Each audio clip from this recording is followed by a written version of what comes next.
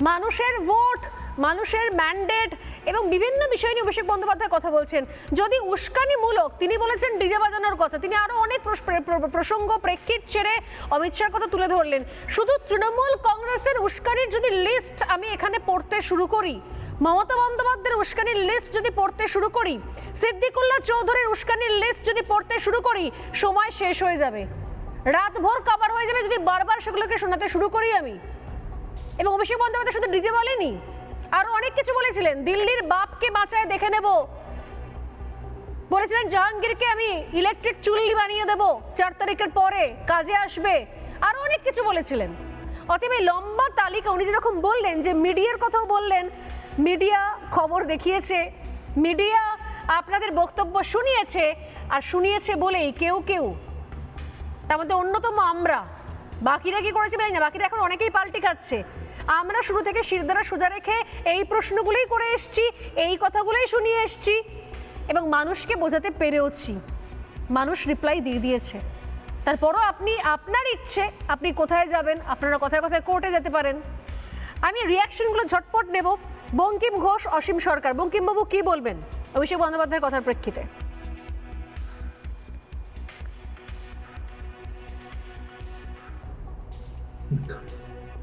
আমি তো দেখতে পারি,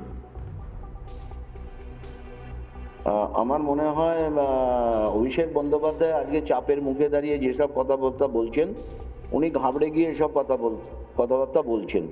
আসল কথা, অভিষেক বন্দ্যোপাধ্যায় রাজনীতিতে নবাগত, ওর যতটা না ওজন রাজনীতিতে, তার থেকে ফুলিয়ে ফাঁপিয়ে ওজন বাড়িয়ে দিয়েছেন ওনার পিসিমণি ওনাকে এমন জায়গায় হাইলাইট করেছেন, ফলে আজকে ওর দলের লোকরাই ওকে মেনে নিতে পারছে না। সিনিয়র লিডার যারা আছেন, সিনিয়র মিনিস্টার যারা আছেন, তাদেরকে উনি জ্ঞান দেবেন আর তারা মেনে চলবে, এটা হতে পারে না। দলের ভেতর যে অন্তর্দ্বন্দ্ব চলছিল বহুদিন ধরেই, সেটা মমতা ব্যানার্জি আজ করেও তিনি ব্যবস্থা নেননি। তার একটাই লক্ষ্য ছিল যে অভিষেককে আগামী দিনে তৃণমূলের কাণ্ডারি করে পশ্চিমবাংলার মুখ্যমন্ত্রী করবেন। এটা অনেকেই বুঝতে পেরেছিলেন। যেমন শুভেন্দু অধিকারী একটা সময় মমতা ব্যানার্জির পাশে থেকে তৃণমূল দলটাকে কোথায় নিয়ে গেছিল আমরা সবাই জানি। যদি সেদিন শুভেন্দু অধিকারী না থাকতো, তাহলে পশ্চিমবাংলায় আজকে তৃণমূল সরকার আসতো না। এবং শুভেন্দু অধিকারী যখন বুঝতে পেরেছেন যে মমতা ব্যানার্জি তার ভাইপোকে টার্গেট করেছে আগামী দিনে মুখ্যমন্ত্রী করে দলের শ্রেষ্ঠ করবেন, তখন তিনি সমস্ত পদ ছেড়ে দিয়ে চলে এসেছিলেন এবং মমতার ব্যানার্জির বিরুদ্ধে লড়াই করে আজকে তিনি ক্ষমতায় আজকে বিজেপিকে নিয়ে এসেছেন। তো সেই জন্য আমি বলবো যে আজকে অভিষেক বন্দ্যোপাধ্যায় অতীতে যা যা করেছে তারই ফল উনি ভোগ করছেন। যা যা বলেছেন, যা যা পথ দেখেছেন, সেটাই ঘুরে আজকে ওনার কাছে আসছে। উনি এবং পিসি যা করেছেন, বাংলা মানুষের উপর যে অত্যাচার করেছে, আজকে এখানে বলে শেষ করা যাবে না। আপনি একটু আগে বললেন সারা রাত লেগে যাবে, সত্যি সারা রাত লেগে যাবে। আজকে সিপিএম যখন ক্ষমতায় ছিল, অর্থমন্ত্রীকে একটু ওই ঋতব্রত তখন ধাক্কা মেরেছিল, 1400 পার্টি অফিস তখন ভেঙেছিল, এই মমতা ব্যানার্জি পথ দেখিয়েছিল। আজকে এসব বলে লাভটা কি?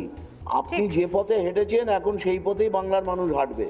মানুষের জনরোষ যে দেখা যাচ্ছে আপনার কারণেই, আপনি এসব করেছেন।